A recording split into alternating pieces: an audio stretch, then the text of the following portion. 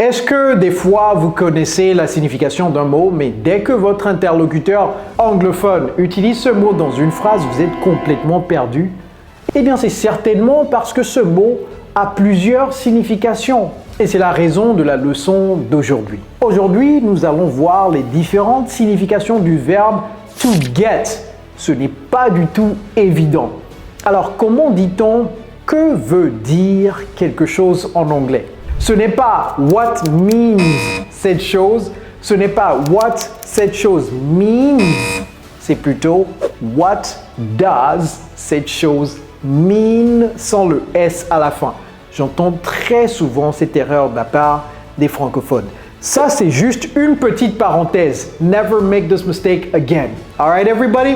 Maintenant, revenons à nos moutons. Prenez vos carnets de notes. Ready? Let's go.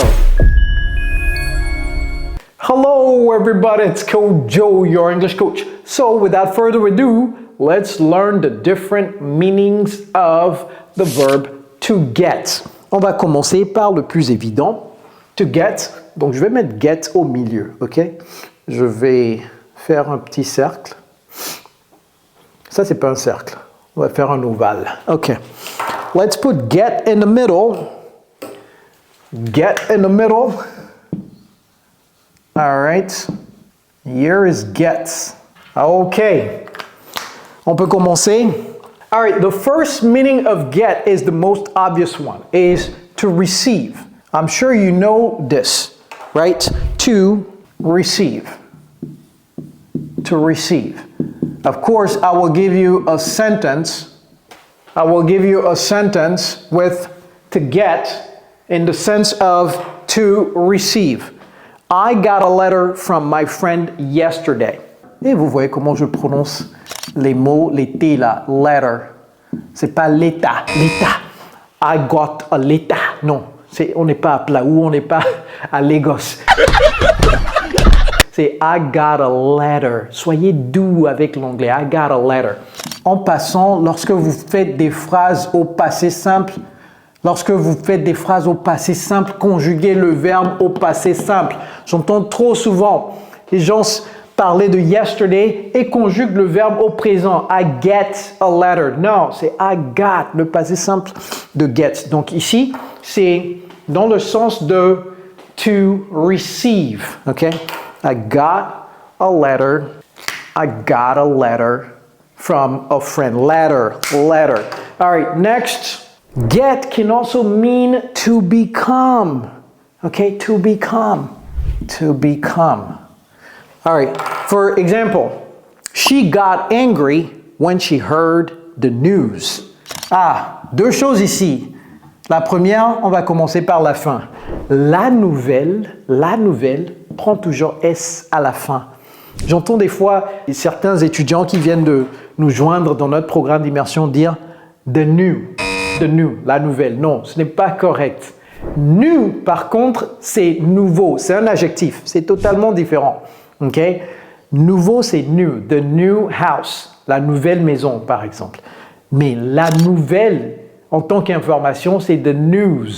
Je viens de faire allusion à notre programme d'immersion anglaise. Nous avons un programme d'immersion anglaise sur mesure pour les francophones comme vous. Nous avons déjà aidé des milliers, littéralement des milliers de francophones dans plus de 50 pays du monde à parler couramment aujourd'hui l'anglais. Si vous êtes intéressé, dans la barre de description, il y a un lien. Cliquez sur le lien, renseignez vos informations et moi-même, je vais vous contacter pour vous en dire plus. La deuxième chose auquel je veux faire allusion ici, c'est le mot angry. Être en colère, ce n'est pas angry.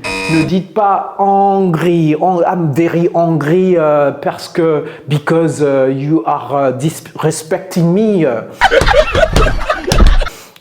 Parce que tu me manques de respect. Non, c'est pas I am angry because you are disrespecting me.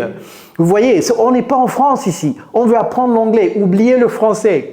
I am angry because you're disrespecting me. OK?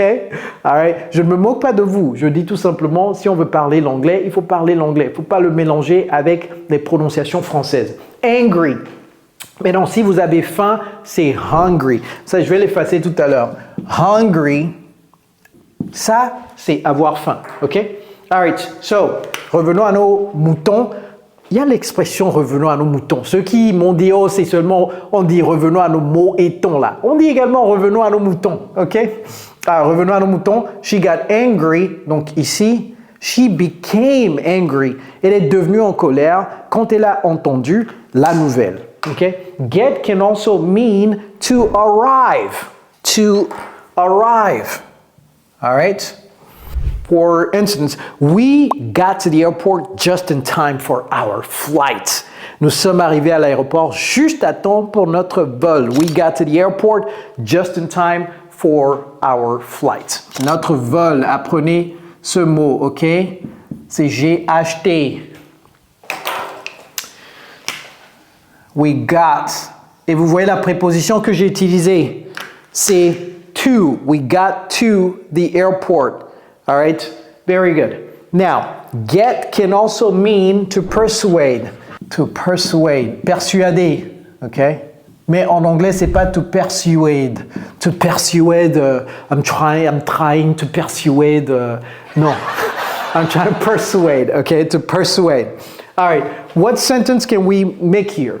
He finally got his parents to let him go to the concert. Il a finalement persuadé ses parents de le laisser aller au concert. He finally got his parents to let him go to the concert. Au fait, j'ai une question pour vous. Ceux qui ont des enfants, qui ont 15, 16, 17 ans là.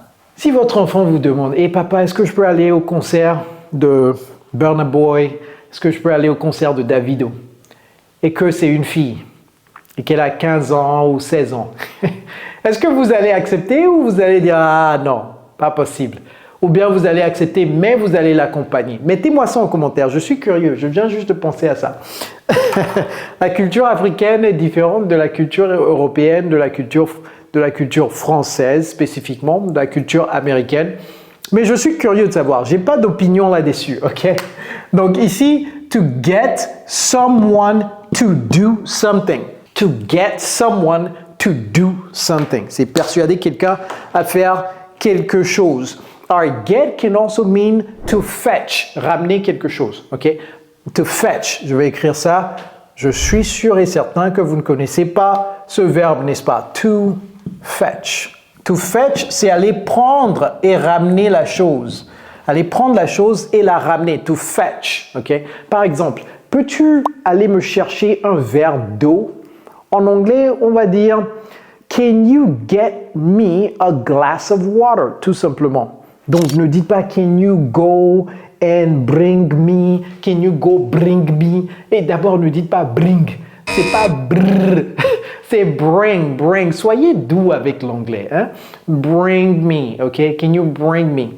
Mais plutôt que de dire Can you go bring me a glass of water? Can you go get me a glass of water, ok? Can you go get, ou bien tout simplement, can you get me a glass of water? Can you get me a glass of water? Water. Les Britanniques disent water, water, a glass of water. Ah, Dieu merci, je ne suis pas en Grande-Bretagne. Cet anglais-là, a glass of water.